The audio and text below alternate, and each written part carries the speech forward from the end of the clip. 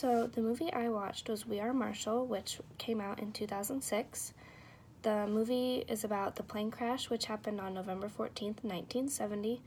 The Marshall University football team was on their way home after a loss when they crashed due to bad weather. All 75 people on board died, including players, coaches, fans, and members of the booster club, as well as the flight crew. The movie then goes on to show how the city of Huntington in West Virginia moves on after the crash and how the football team moves on. So overall, it was pretty historically accurate, and there were a few small differences, but all the main things were true to what actually happened.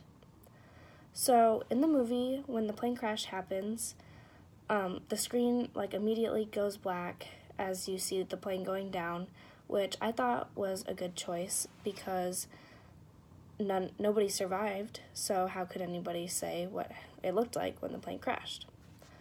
But in the movie, the way that they find out that it's the Marshall football team is that they find a playbook in the wreckage.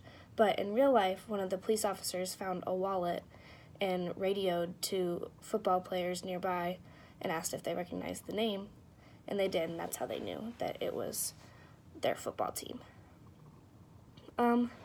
So after that, the movie goes on to show how a few players were not on the flight, so they obviously survived, and they needed to find a new football coach.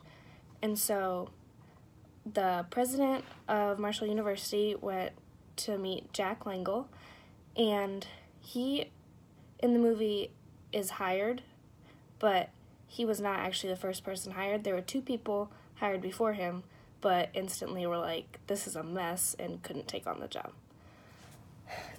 So the coach, Jack Langle, is played by Matthew McConaughey, and McConaughey actually, was really goofy for this part, and an article I read said that Langle was really a calm guy and wasn't goofy as McConaughey portrayed it.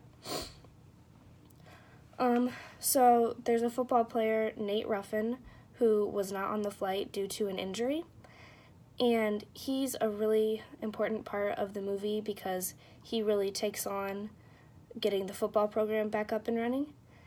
And there's a meeting with many of the schools, upper management and stuff like that, and Ruffin barges in, and he tells them to look out the window, and there's a huge crowd of people, and they're all chanting, "We are Marshall," and Ruffin does this to try to convince them to keep the football program running. Well, the crowd was never there. This whole meeting never happened, and there was no struggle to get the football program running. The president wanted them to continue the program.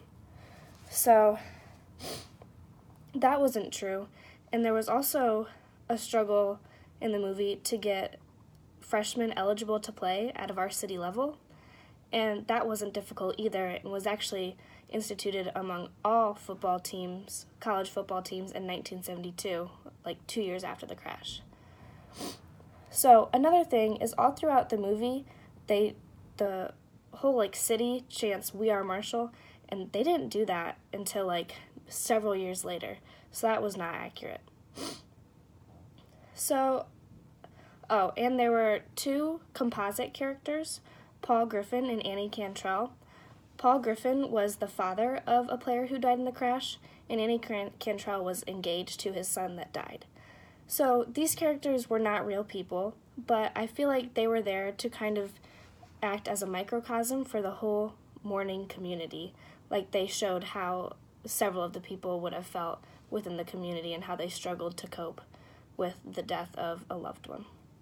So overall, We Are Marshall was a very historically accurate movie, and there were just a few details that weren't completely true, but they were just added to really contribute to make the movie more interesting.